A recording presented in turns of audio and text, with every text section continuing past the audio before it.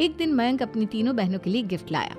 करिश्मा, ये तुम्हारे लिए हार का सेट, रेशमा तुम्हारे लिए सुंदर सी ड्रेस, और मनीषा तुम्हें किताबें पसंद है ना, तुम्हारे लिए किताबें लाया हूँ। थैंक यू भैया। थैंक यू भैया। थैंक यू भैया। करिश्मा, तुम्हारा नेकलेस कितना सुंदर है, ये भैया कहाँ से ले आए होंगे? मैंने भैया को 3 दिन पहले फोन पर ये डिजाइन दिखाया था और आज भैया ये ले आए। सविता तो अपनी ननदों के गिफ्ट्स देखकर जल गई और करिश्मा का नेकलेस तो उसे भी बहुत पसंद आया था। अपनी बहनों के लिए कितना अच्छा नेकलेस लेकर आए हैं, मुझे कभी कोई गिफ्ट नहीं दिया, मैं आज ही ये हार चुरा लूंगी। रात में सविता करिश्मा का हार चुरा लेती है और इसी तरह उसे अपनी ननदों की जो भी चीज़ अच्छी लगती वो उसे मांगती नहीं बल्कि रात के अंधेरे में चुरा लेती। इसी तरह दिन बीतते गए और सविता ने मयंक के दिल में भी उसकी बहनों के लिए नफरत पैदा कर दी।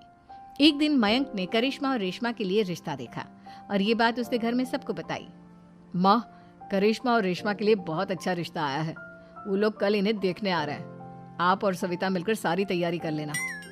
ये सुनकर करिश्मा और रेशमा खुश हो जाती हैं, लेकिन सविता सोचती है अगर इन दोनों बहनों की शादी हो गई तो घर और बाहर का काम कौन करेगा?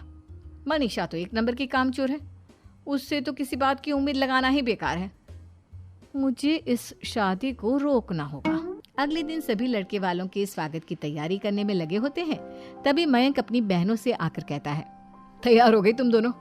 देखो दोनों लड़के बहुत अच्छे हैं, मैं कोई कसर नहीं छोड़ना चाहता, इसलिए तुम उनके सामने अच्छे से बिहेव करना और अपनी भाभी से लड़ने मत लग जाना। करिश्मा, तुम वो नेकलेस पहन लो ना जो मैं तुम्हारे लिए लाया था। भैया, मैं बहुत देर से वो नेकलेस ढूंढ रही हूँ लेकिन मुझे मिल ही नहीं रहा। क्या, तुमने नेकलेस खो दिया? तुम्हें पता भी है वो कितना महंगा था, तुम कोई काम ढंग से नहीं कर सकती। मयंक गुस्से में वहां से चला जाता है। थोड़ी देर बाद लड़के वाले भी आ जाते हैं, वो दोनों बहनों को पसंद कर लेते हैं और रिश्ता पक्का हो जाता है। लेकिन सविता के दिमाग में तो कुछ और ही खिचड़ी पक रही थी। वो पंडित जी के पास करिश्मा की कुंडली लेकर जाती है और उन्हें पैसे देकर करिश्मा की कुंडली बदलवा देती है। जब लड़के वालों के पास करिश्मा की कुंडली जाती है तो वो दुर्गा को फोन करते हैं। बहन जी, हमने करिश्मा की कुंडली अपने पंडित जी को दिखाई थी, आपकी बेटी की कुंडली नहीं बल्कि दोषों का पिटारा है। देखिए, मैं और मेरे पति इन सब बातों में बहुत विश्वास करते हैं, इसलिए हम आपकी बेटी से अपने बेटे की शादी नहीं करा सकते। इस तरह करिश्मा का रिश्ता टूट जाता है और सभी घर वालों को बहुत दुख होता है। अब कविता सोचती है, चलो करिश्मा का तो रिश्ता टूट गया, अब रेशमा का भी रिश्ता तोड़ना है, क्या करूं क्या करूं। अब सविता आवाज बदलकर किसी अननोन नंबर से रेशमा के होने वाले ससुराल में फोन करती है। हेलो, मैं कौन हूँ कौन नहीं ये आपके लिए जानना जरूरी नहीं, बस इतना सुन लो कि रेशमा का 2 साल से किसी के साथ अफेयर चल रहा है। बस रेशमा का रिश्ता तोड़वाने के लिए सविता का इतना कहना काफी था। अब रेशमा का भी रिश्ता टूट गया। मयंक और दुर्गा देवी ने रेशमा को खूब खरी खोटी सुनाई और उससे बार बार उस लड़के के बारे में पूछने लगे।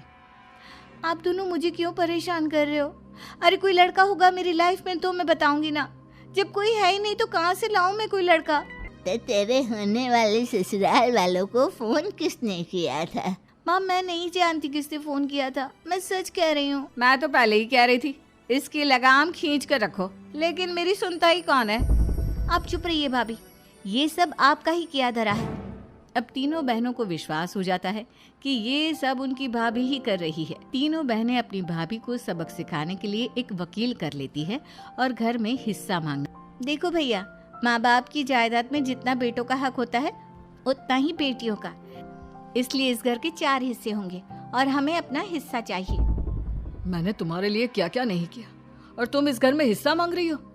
भैया, आप और माँ हम बहनों की कोई बात नहीं सुनते हो और भाभी हमारी शादी नहीं होने देगी क्योंकि उन्हें लगता है कि आप हमारी शादी में ज्यादा पैसा लगाओगे और उन्हें हम जैसी फ्री की नौकरानी कहाँ मिलेगी। तो हम भाभी के साथ तो रह नहीं सकते, हम बहनों को अपना हिस्सा चाहिए। अरे तुम्हें शर्म आनी चाहिए अपनी भाभी पर ऐसा इल्जाम लगाते हुए, वो तुम्हारे बारे में कितना सोचती है। हाँ माँ, भाभी हमारे बारे में बहुत सोचती है, दिन रात बस यही सोचती रहती है कि किस तरह से अपनी तीनों ननदों को परेशान करूं और कभी मुझे पढ़ने भी नहीं देती। दोनों बहनों का रिश्ता भी तो इन्होंने ही तोड़वाया है और रात में हमारे कमरे में आकर हमारी चीजें भी चुराती हैं। इसी तरह सविता की तीनों ननदें अपनी बात पर अड़ी रही। अब कोर्ट में तारीख भी शुरू हो गई।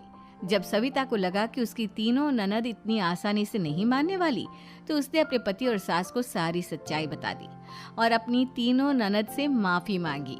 मयंक और दुर्गा को भी अपनी गलती का एहसास हो गया। अब सविता खुद करिश्मा और रेशमा के लिए अच्छा रिश्ता ढूंढती है और उनकी शादी करवाती है।